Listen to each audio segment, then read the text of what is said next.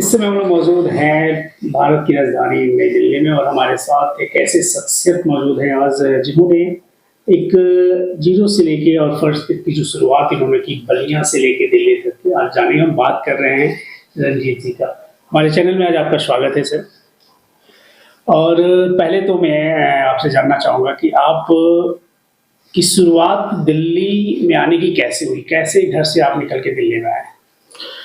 मैं सर जब अपने गांव से निकला तो मेरे मामा जी थे शेयर बाज़ार में, मैं उनके साथ आया था दिल्ली। दिल्ली आने के बाद मैं शेयर बाज़ार में काफ़ी दिनों तक काम किया और शेयर बाज़ार में मेरा अच्छी शुरुआत रही। मतलब मेरे गांव से निकल के यहाँ तक की जो भी तरक्की है वो मेरे नाथ बाबा की देन है। मैं बचपन से नाथ जी जो हमारे गांव में हैं उनको बहुत मैं मानता हूं और आप समझ लीजिए कि जीवन की कोई भी शुरुआत हो, मेरे जीवन में काम से लेकर और मेरे लाइफ तक मेरे को नाथ बाबा पर ही भरोसा होता है कि मैं कोई भी काम करूंगा, मेरे पीछे, मेरे सामने, मेरे अगल बगल, मेरे से कंधे से कंधा मिला के मेरे को जिस तरह का भी सहयोग मेरे को मिलता है, मेरे को ये लगता है समाज की तरफ से मिलता हो, मेरे गांव के लोगों से मिलता हो, मेरे जो जानने वाले हैं उनके से मिलता हो, तो मेरे को ये लगता है कि मेरे को नाथ बाबा की कृपा है कि सब लोग मेरे को बड़े अच्छे सहयोग करते और मानते हैं। फिर मैं दिल्ली आने के बाद शेयर बाजार के बाद मैंने अपने कार्गो की शुरुआत की। ये सर मैं किया था सन 1999 में दिल्ली एयर कार्गो से, और वहाँ से मैं धीरे धीरे निरंतर मेरा काम बढ़ता गया और मैं आज इस मुकाम पे पहुँचा हूँ कि मेरा ऑफिस बॉम्बे है, मेरा ऑफिस दिल्ली है। मेरे कार्गो का काम जो है 3-4 स्टेट में चलता है, हरियाणा में, दिल्ली में, बॉम्बे में, गुजरात में। रणजीत जी, मैं ये जानना चाहूँगा आपसे कि आपने अपने जीवन का जो लक्ष्य बनाया है, एक जो नाथ बाबा की बात आपने की कि जो आपकी कामयाबी के पीछे नाथ बाबा रहा, आगे आने वाले समय में क्या कुछ नाथ बाबा के लिए आप क्या कर रहे हैं? क्योंकि आपने जो जीवन का जो संघर्ष किया है, जो जीवन में आपने इतनी ऊंचाई प्राप्त की है, उसका श्रेय आपने नाथ बाबा को दिया। तो नाथ बाबा के लिए क्या कर्तव्य बनता है, क्या कुछ नया करने वाले हैं आपको उनके लिए? सर मैं आपको बता दूं कि मैं उनके लिए क्या करूंगा, जो मेरे लिए सब कुछ वही करते हैं। बाकी जो भी मेरे से होता है कराने वाले वही हैं, जो हमसे वो कराएंगे वो मैं करूंगा। अभी मैं एक मंदिर निर्माण को लेकर के पूरे गांव के साथ मैं एक मंदिर निर्माण को लेके चला हूं। जो मंदिर हमारे यहाँ 300 साल पुराना मंदिर है, उस मंदिर का जीर्णोद्धार के लिए मंदिर को नीचे से गिरा करके अब वो बंसी पहाड़पुर के पत्थर से उस मंदिर का ढांचा, आप अगर हमारे गांव में जाएंगे तो देखेंगे भी ढांचा तैयार हो गया है। उसका गेट भी फ्रंट का एक डिजाइन बन के तैयार हो गई है। अभी आने वाले 4-5 दिन में बंसी पहाड़पुर से उसके कारीगर पत्थर लेके जाएंगे और मेरी इच्छा यही है और नाथ बाबा से भी मैं यही प्रार्थना करता हूं कि मेरे को बल दो, मेरे को इतनी शक्ति दो और मेरे को इतना सब्र दो कि मैं इस मंदिर को ऐसा बनाऊं कि मेरे जिला में ऐसा खूबसूरत मंदिर ना हो जैसा आपका मंदिर मैं बनवाना चाहता हूं। चलो रणजीत जी, जैसे आपने बात की है, तो आप एक सामाजिक में भी रहते हैं, एक समाज से जुड़े हुए हैं, तो आपका दायित्व उस समाज के लिए बनता है। तो एक समाज के लिए क्या दायित्व है आपको, उसके लिए आप क्या कुछ नया करने वाले हैं? क्योंकि एक समाज का हिस्सा ही है मंदिर, लेकिन उसके साथ साथ उस समाज को लेके आप क्या कुछ नया करने वाले हैं आने वाले समय? देखिए, मैं 2010 से जो मेरी क्षमता है, जो मेरी शक्ति है, उसके हिसाब से मैं अपने गांव में गरीब लोगों के लिए, सबके लिए मैं करता रहता हूं जो मेरी क्षमता है।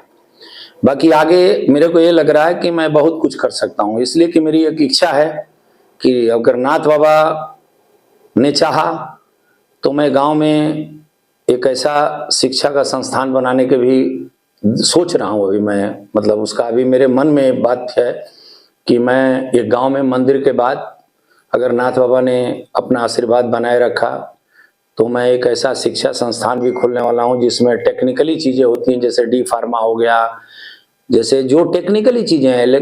कई टेक्निकली चीज़ें कई जगहों पे लोगों ने खोला है, तो मेरा विचार भी यही है, मैंने अपने परिवार में अपने बच्चों से विचार कर रहा हूं कि ऐसा चीज एक उस एरिया में खोला जाए जो हमारे गांव के इर्द गिर्द जो 10-12 गांव हैं उन बच्चों को दूर ना जाना पड़े। आज आप देख रहे हैं कि हम लोगों की तरफ शिक्षा का स्तर बहुत गिरा हुआ है। आपने देखा होगा हमारे जिला में, मेरा गांव जो है चिलखर ब्लॉक में रसना तहसील में पड़ता है, उसके स्कूलों के हमारा जब हम पढ़ा करते थे उस समय में और इस समय से जो स्कूल का खिंचाव है बच्चों का वो नहीं लगता है, इसलिए कि वहां का इन्वायरमेंट वैसा नहीं है। इन्वायरमेंट क्या है कि अब आज के दिन में लोगों ने अपने गांव में घरों में शहर के जैसा लोग इन्वायरमेंट चाहते हैं, जैसे हर लोग चाहते हैं हमारे घर में फ्रिज हो, सब कुछ हो।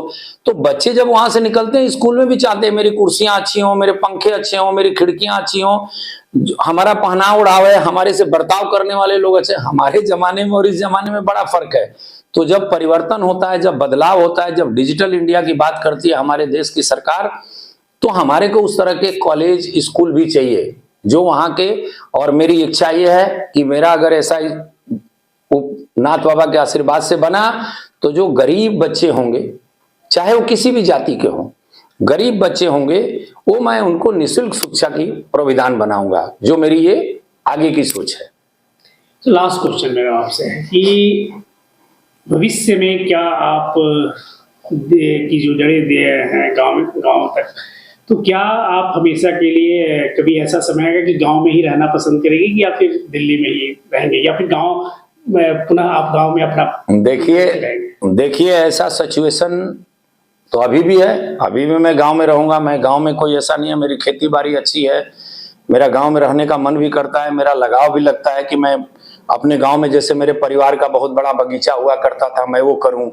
मेरे गांव में मेरे बच्चे भी अभी कहते हैं कि भाई आपकी जो इच्छा करे, आप गांव में रहना चाहते हैं तो आप रहिए। वहां भी मेरे भाई है, परिवार है, हम लोगों का परिवार सब एक है, हम ऐसा कुछ नहीं, हम सब अच्छे तरह से हैं। और हो सकता है आपने जो बात कही, अब इतना सोचेंगे तो टाइम ज्यादा गांव में देना पड़ेगा, कम टाइम देना पड़ेगा शहर में। बाकी सब कुछ जो समय कराएगा वो तो मेरे को करना ही पड़ेगा, वो तो अब बाबा का जैसा आज्ञा होगा। अगर नाथ बाबा की इच्छा होगी कि मेरे को वहीं रहना है, मेरे को घर नहीं उन्हीं क्या रहना है, वो भी मैं करने को तैयार हूं। मैं फुल समर्पित हूं कि जो मैं इस धरती पे कर रहा हूं जन्म लेने के बाद, जब से मैंने होश संभाला, वो सब नाथ बाबा की कृपा है। मेरी कोई अपनी नहीं चलती है, गलत सही अच्छा बुरा जो भी है वो वही कराते हैं। मेरे को तो ये अपने अंदर से यही लगता है कि मेरे को ये काम करना है, मेरे को उठ के कर देना है।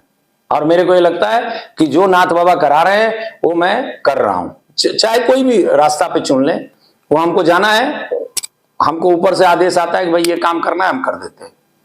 आपने देखा जिस प्रकार इन्होंने बताया, जो मैंने मतलब एक अभिन्न भक्त हैं ये नाथ बाबा के, जो काफी समर्पित है नाथ बाबा के लिए। एक सबसे बड़ी बात इन्होंने कहा है कि जो सोच है मेरी, जो गांव के प्रति इनका जो लगाव है, आने वाले समय में जरूर चरितार्थ होगा गांव के लोगों के लिए।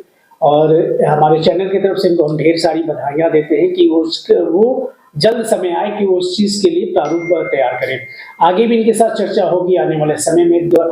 जनवरी में जो 24 जो आ रहा है, उसमें 22 जनवरी को एक भव्य इनके मंदिर पे जो बना रहे हैं, वहाँ पे कार्यक्रम भी होने वाला है, उसमें भी हम सहभागिता लेंगे इनके द्वारा, और आगे भी इनसे चर्चाएं होती रहेंगी। और एक सफल बिजनेसमैन के तौर पे तो इन्होंने अपना एक मुकाम हासिल कर लिया है, लेकिन एक गांव में जो एक बहुत बड़ा इन्होंने यज्ञ कहले जो उठाना है मंदिर बनाने का नाथ बाबा का, हमारे चैनल की तरफ से इनकी ढेर सारी बधाई है। उसके लिए आगे भी इनसे चर्चा होती रहेगी, मंदिर के बारे में भी और इनकी सारी क्रियाकलापों के बारे में। आगे भी हमारे साथ बने रहिए। ऐसे तमाम खबरों के लिए, ऐसे सफल व्यक्तियों के चरित्र को जानने के लिए हमारे चैनल पर बने रहिए। फिलहाल के लिए इतना ही। मैं अपने शोगी कैमरामैन के साथ, मैं वेद प्रकाश सिंह, सीधा संवाद।